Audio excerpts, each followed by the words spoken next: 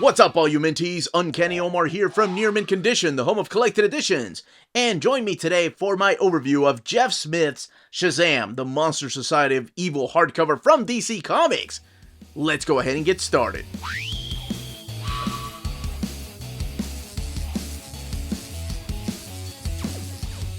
And welcome back, everybody. So what we're looking at here today is the Shazam, the Monster Society of Evil hardcover. This is the latest printing from DC Comics.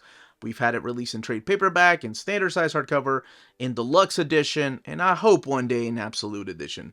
I love this story, and I would love to see it in oversized format. But this is the latest printing, and it is a standard size hardcover.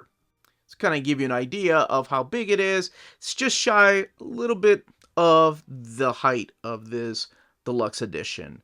So it's also shorter in this way too. So the page size is that of the paper in a comic book. So let's actually shift the focus back to this. So we have the DC logo here. This is the cover to issue number 2, I believe. Jeff Smith right there in big bold letters. An introduction by Alex Ross. Shazam, the Monster Society of Evil. The spine right here, which I love the design to the spine. Shazam, the Monster Society of Evil, Jeff Smith, and there he is, Captain Marvel, and the DC logo. Say the magic word. All right. So I'm going to open this up here in a second, but before I do, oh, look at that charming image. I believe that was the poster that was inside of the deluxe edition hardcover. The deluxe edition hardcover is one of those that did not make it in the move. There's a box of my books that's missing, otherwise I would have compared it. And the deluxe edition is one that didn't make it. But it was really cool because the deluxe edition had like inside of the dust jacket, it folded out to be a poster. So I thought that was a really cool little gimmicky thing they've done. They did it with the Silver Surfer Parable too. But this is what the flaps look like right there. Shazam. And what it stands for: Solomon for wisdom, Hercules for strength, Atlas for stamina, Zeus for power, Achilles for courage, and Mercury for speed. And who is this tiny little boy and that little girl? All right, we're going to crack this open, talk a little bit about what this is. If you don't want to know any kind of spoilers, you can put me on mute and just check out the images. So I guess moving forward, just a little bit of spoilers. But what I do want you to know before we go and open it up is that this is a retelling of the origin of Captain Marvel. And I keep calling him that because that's what his name was or is to a lot of people to this day. But during this time, he was known as Captain Marvel.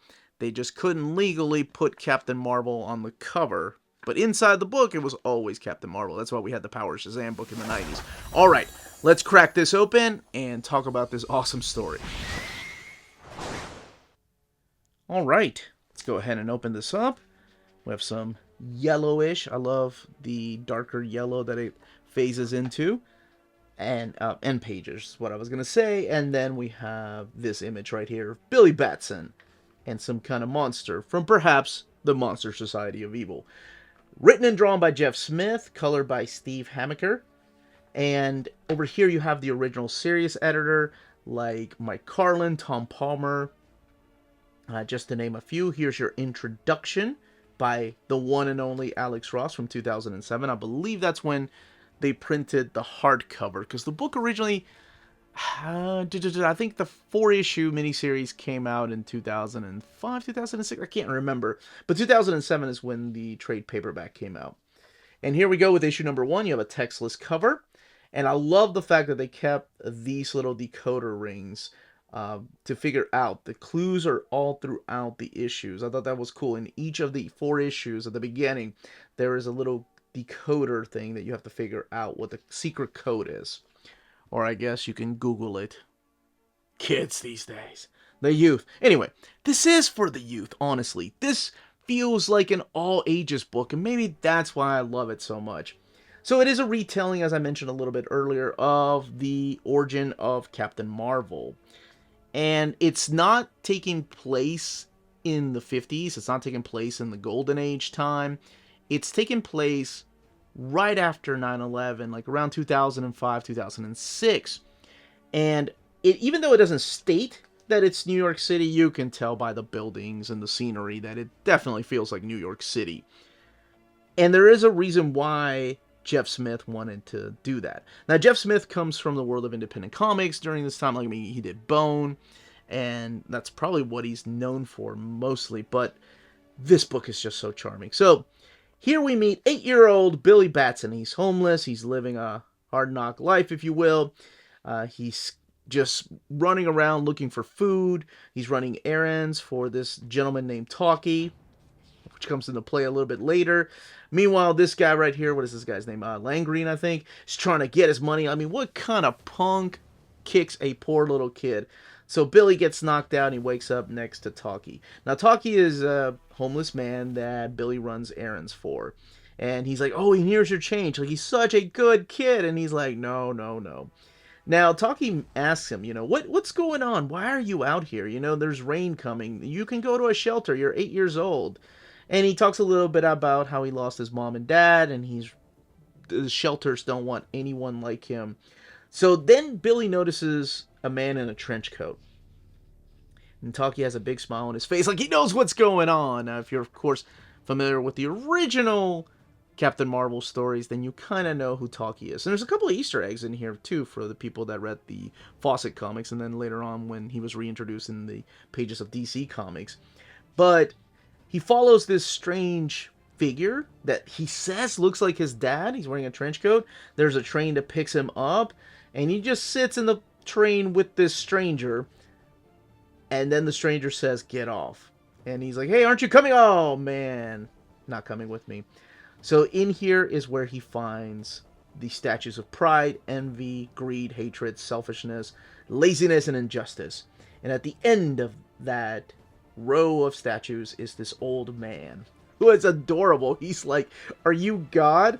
And he's like, I'm not God. I'm as mortal as you are. Just happens to be a wizard. And you don't need to kneel before wizards. And immediately this old man just bonds with Billy and he tells him, look, I'm here because I want you to be my replacement. And Billy's confused. He's like, what do you mean replacement? I've chosen you a magic word made from the names of heroes whose powers you will need. And this is where he tells him Solomon for wisdom, Hercules for strength. I do love the fact that he doesn't tell him exactly what to say. He just says, say the magic word. And Billy, like if it was me that was pulled in at 8 years old, I would have been like, abracadabra. Or Solomon, I would have repeated exactly what he said. I wouldn't have made an acronym out of those names. I would have been completely lost. What word do you want me to say? But for some reason, Billy Batson just knows, and the word is, of course, Shazam! And there appears the Guardian, Captain Marvel. Now, this is really interesting, because behind the scenes, Jeff Smith said there was one thing that editorial wanted him to change, and that was the name right here. It's the only thing they wanted him to change. Where the wizard greets him, he wanted him to be called Shazam, whereas Shazam is the character, is the Guardian, and then his secret identity is Captain Marvel. But editorial stepped in and said, no, that's too confusing. Just call him Captain Marvel. So he changed it to Hello Marvel. So this is really interesting because it goes back to those Golden Age days in the way that Billy and Captain Marvel switch out bodies, if you will, because it's different than the movies or any kind of modern incarnation of the character. Because the way that this is done, he borrowed heavily from, of course, Bill Parker, C.C. Beck's run, and Otto Binder's run on the character of Captain Marvel. In that Golden Age character was that there were two different personalities. Billy and Captain Marvel are two different characters. It's not like in the movies where Billy, even though they did a really bad job in the second one, Billy is supposed to be Captain Marvel all grown up, or any modern incarnation of the character.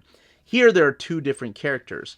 And I kind of dig that, the juxtaposition of both of them, like trying to figure out what to do with the trouble they're getting into. I love that about this. That is an awesome picture right there. It kind of reminds me of Black Adam. That's about the only Black Adam little Easter egg you're going to get in here, but it's Captain Marvel pretty much hitting back the guy that took money from this kid. And he's like, hey, this is no way to live.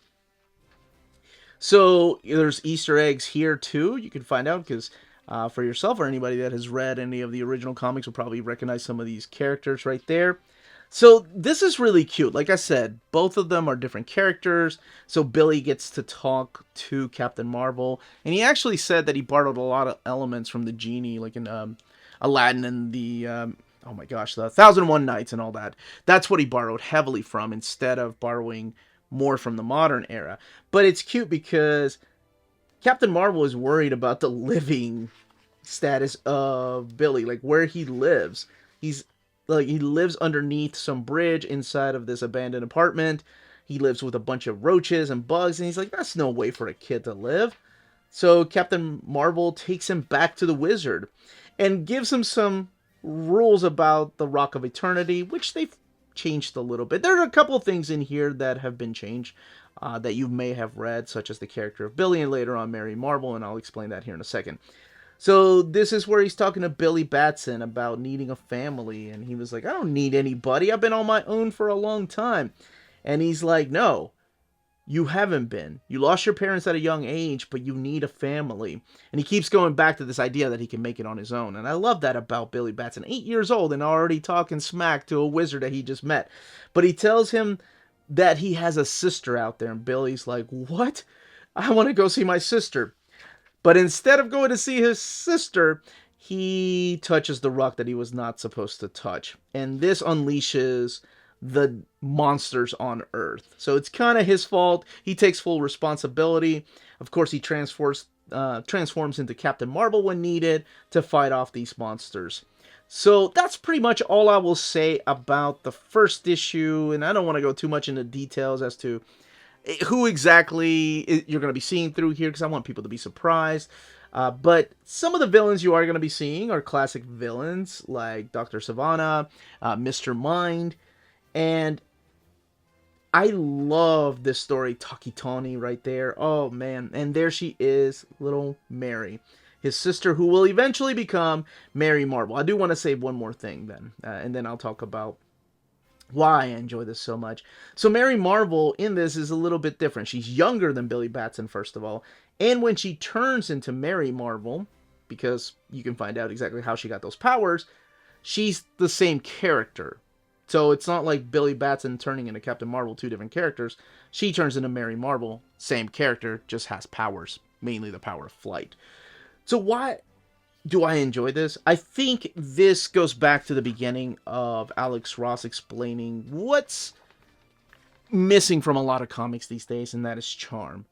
Charm used to be in so many comics. I mean, this was a huge selling title. I've talked about the history of Marvel Man, Miracle Man, and how it all started over in the UK because this was such a popular title, best-selling title over there, that they couldn't afford to lose it. So they just kept writing stories with a different character with the same kind of premise. But this goes back to those simpler times. It really does feel like an all ages book. There are a couple of scenes in here where like the circus the ringleader of the circus is like eaten by one of the monsters, but I mean it's done in such a cartoony way that it kind of simmers down that violence, so you almost overlook it. There's a simplicity in the panel layouts that I love so much, making it easy for kids to follow. There's nothing grandeur about the panels and the way they're laid out. Nobody's coming out of the panels whenever there's action. It is just a simple story to follow. The narration is really just easy to follow. And I keep using that word like it's a bad thing, but there's nothing wrong with that. This is something I'm actually going to be reading this to my youngest daughter, or rather her reading it to me, because she's probably a better reader than I am at the age of 11 now. But there's nothing wrong with simplicity and going back to those days. This was one of my favorite stories, only 4 issues long, but just really, really condensing the beauty of who Captain Marvel is into a 4-issue miniseries. So it's one that I always suggest to people if they ever want to get into Captain Marvel. This might be the way to do it, although it's a little bit different than, of course, the modern interpretation of the character, or, of course, the movie version of the character where Billy is the same character as Captain Marvel. This is a little bit different, but it's just so charming. I mean, look at Dr. Savannah. I know some people probably that love that Golden Age era probably look at this character and be like, that's not my Dr. Savannah. But honestly, for the modern times that this was written in, post 9/11, and you can see why I said that when talking about Dr. Savannah and what he's in charge of for yourself. I think it works for this story. I think it's a wonderful, charming story, and the cartoony looks to the characters really add to the narrative of what it is to be young again and to have this magical imagination and to be wanting to be a part of a family. That's a beautiful story, and by the time the ending came about, everything's going to be fine. Now, all the way in the back is an afterword by Jeff Smith talking about why he decided to change the story a little bit when he was going to set it in the Golden Age. And you have the sketchbook, and I love the sketchbook because it goes into detail, like the ideas, and him deciding, should I have Captain Marvel's eyes just be little dots, or do I want them to show his eyeball at all? Do I want to go back to the classic look to his style? Mary Marvel, he got down like right off the bat, though. I love these early sketches, the ideas behind this. And that would have been nice for a follow-up meeting the Justice League. And here are the thumbnail sketches, the layouts of how the pages are going to turn out. And from time to time, you'll see a finished page like this. But then again, this is the one where he talks about changing it from Hello Shazam to Hello Marvel. So you get a little behind-the-scenes stories in here. And from time to time, you see the thumbnail sketch and then the finished artwork before the colors are done. Little Easter eggs right there, but you can find out for yourself. Now, there are other Easter eggs that he didn't add in there. This is the production journal right there. And there's Taki Tony, the talking tiger, a little bit different than he was when he originally appeared. The answers to the puzzles, the code that you have to break. And then this is all connecting covers right there. And then the bio on Jeff Smith himself. All right, let's look at the binding. This latest printing has glued binding. It has 272 pages, so just a couple more pages than the deluxe edition that came out right before the first movie came out. And it is printed in this matte paper. But because it doesn't really have any spread pages, I think you're going to be fine. The only problem I had when rereading this, because I really enjoy this book, I wanted to reread it, is holding it down like this, because some of the word bubbles go into that gutter that becomes the gutter loss, so you have to hold it down a little bit to see some of the words. That's the one negative thing about it having glued binding and the art, the frame being so close in here. But that's it. Go out and get this. It's a wonderful story if you haven't read it.